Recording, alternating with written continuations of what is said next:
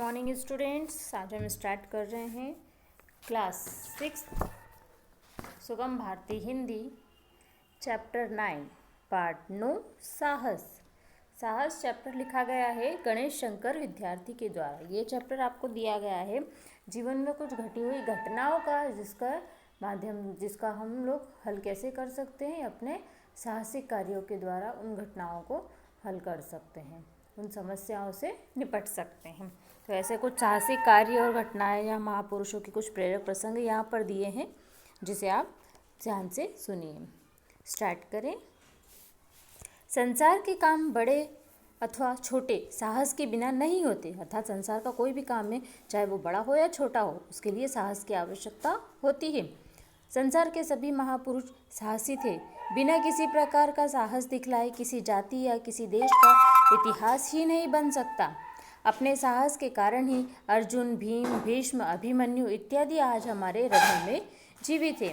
Alps पर्वत के विशाल शिखरों को पार करने वाले हनीबल और नेपोलियन का नाम वीरवरों के नामों के साथ केवल उनके अतुलनीय साहस के कारण ही लिया जाता है। यह साहस का ही प्रभाव था कि जिसने तैमूर, बाबर, शिवाजी, कोमवेल, रणजीत सिंह और संग्राम सिंह जैसे सामान्य व्यक्तियों को महान बना दिया। सत्साहसी के लिए केवल साहस प्रकट करना ही अभिष्ट नहीं, बादशाह मोहम्मद आदिल पर भरे दरबार में कितने ही सिरों और धड़ों को धरनी कर गिरा कर एक युवक ने आक्रमण करने का असीम साहस प्रकट किया। कारण यह था कि बादशाह ने उसके पिता की जागीर जब्त कर ली। इसी से उस युवक ने इतने साहस का काम किया। युवक मारा गया। उसके साहस और निर्भीकता का कुछ ठिकाना नहीं है, परंतु क्रोधांत होकर स्वार्थवश ऐसा करने से युवक का यह कार्य किसी प्रकार प्रशंसनीय नहीं कहा जा सकता। इस प्रकार का साहस चोर और डाकू भी कभी कभी कर गुजरते हैं। ऐसा साहस नीच श्रेणी का साहस है। मध्यम श्रेणी का साहस प्रायः शूरवीरों में पाया जाता है। यह उनके विचार और निर्भीकता को भली भांति प्रकट करता है। इस प्रकार के साहस वाले मनुष्यों में बेपरवाही और स्वार्थहीनता की कमी नहीं होती, परंतु उनमें ज्ञान की कमी अवश्य पाई जाती है। अकबर बादशाह के पास 2 राजपूत नौकरी के लिए आए। अब देखिए दूसरा प्रसंग सुनिए। अकबर बादशाह के पास 2 राजपूत नौकरी के लिए आए।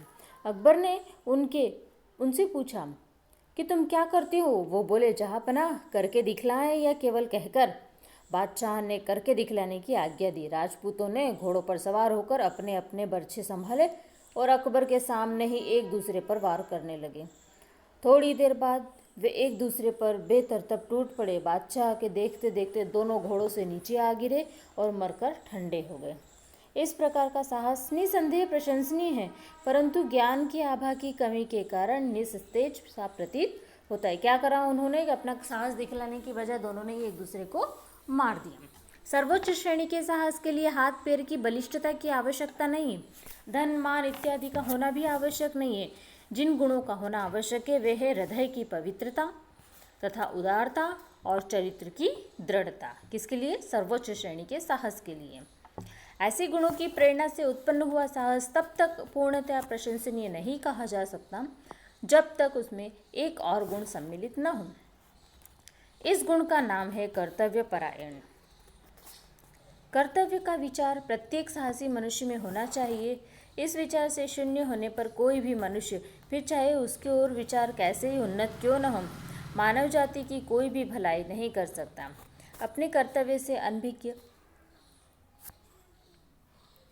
मनुष्य कभी भी परोपकार परायण या समाज हित जनचिंतक नहीं कहा जा सकता। अर्थात जो व्यक्ति अपने कर्तव्य से ही अनभिज्ञ है तो वो ऐसा व्यक्ति क्या है? परोपकार नहीं कहा जा सकता। बिना इस विचार के मनुष्य अपने परिवार ही नहीं बल्कि अपने शरीर अथवा अपनी आत्मा तक को उपकार नहीं कर सकता। कर्तव्य ज्ञान शून्य मनुष्य को मनुष्य नहीं पशु समझना चाहिए। अर्थात जिस मनुष्य में कर्तव्य का बोध नहीं हो, जिसमें कोई ज्ञान नहीं हो, तो उसे क्या इंसान की भांति वह नहीं माना जा सकता। ऐसा व्यक्ति पशुओं के समान माना जाता है। उच्च कोटि के साहस के लिए कर्तव्य परायण बनना आवश्यक है।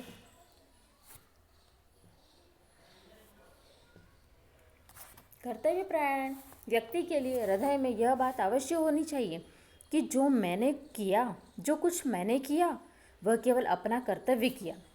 मारवाड़ के मेरुदा गांव का जमींदार बुद्धन सिंह किसी झगड़े के कारण स्वदेश छोड़कर जयपुर चला गया था और वहीं बस गया। थोड़े ही दिनों बाद मराठों ने मारवाड़ पर आक्रमण किया। यद्यपि बुद्धन मारवाड़ को बिल्कुल ही छोड़ चुका था, तथापि शत्रुओं के आक्रमण का समाचार पाकर और मातृभूमि को संकट में पड़ा हुआ जानकर उसका रक्त उबल पड़ा। स्वदेश भक्ति ने उसे बतला दिया कि यह समय ऐसा नहीं है कि तू अपने घरेलू झगड़ों को याद करे, उठ और अपना कर्तव्य पालन कर।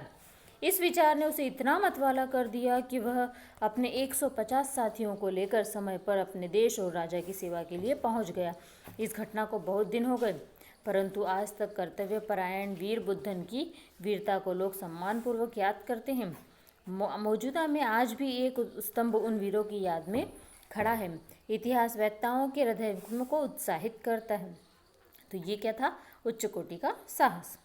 इन गुणों के अतिरिक्त सत्साहसी के लिए स्वार्थ त्याग भी परमावश्यक है। इस संसार में हजारों ऐसे काम हुए हैं जिनको लोग बड़े उत्साह से कहते और सुनते हैं। उन कामों को वे बहुत अच्छा समझते हैं और उनके करने वालों को सराहते हैं, परंतु उन कामों में थोड़े से ही ऐसे हैं जो स्वार्थ से खाली हो। समय पड़ने पर अपनी जान पर खेल जाने अथवा असामान्य साहस प्रकट करने में सदा आत्मोत्सर्ग नहीं होता, क्योंकि बहुधा ऐसा काम करने वाले यश के लोभ से, अपने नाम को कलंकित होने से बचाने के इरादे से अथवा लूटमार के द्वारा धनोपार्जन करने की इच्छा में ऐसे मदांध हो जाया करते हैं, अर्थात मद में लोभ में अंधे हो जाया करते हैं कि वे अपने मतलब के लिए कठिन काम करने में भी संकोच नहीं करते। सत्साहसी व्यक्ति में एक गुण शक्ति है, गुप्त शक्ति होती रहती है, जिसके बल से वह दूसरे मनुष्य को दुख से बचाने के लिए प्राण तक देने को प्रस्तुत हो जाता है। धर्म, देश, जाति और परिवार वालों के लिए ही नहीं, अभी तो संकट में पड़े हुए अपरिचित व्यक्ति की सहायतार्थ भी उसी शक्ति की प्रेरणा से वह हमारे संकटों का सामना करने को तैयार हो जाता है। अपने प्राणों को वह लेश मात्र भी परवाह नहीं करता। हर प्रकार के क्लेशों को सम्मानपूर्वक प्रसन्नता और स्वार्थ के विचारों को वह फटकने तक नहीं देता।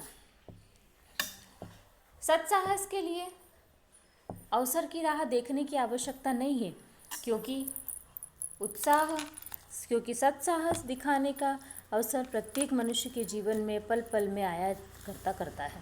देश, काल और कर्तव्य का विचार करना चाहिए और स्वार्थ रहित होकर साहस न छोड़ते हुए कर्तव्य परायण बनने का प्रयत्न करना चाहिए। क्या करना चाहिए? हमें एक कर्तव्य परायण हमेशा बनकर रहना चाहिए। ओके स्टूडेंट्स, तो ये चैप्टर था आपका साहस। बाय।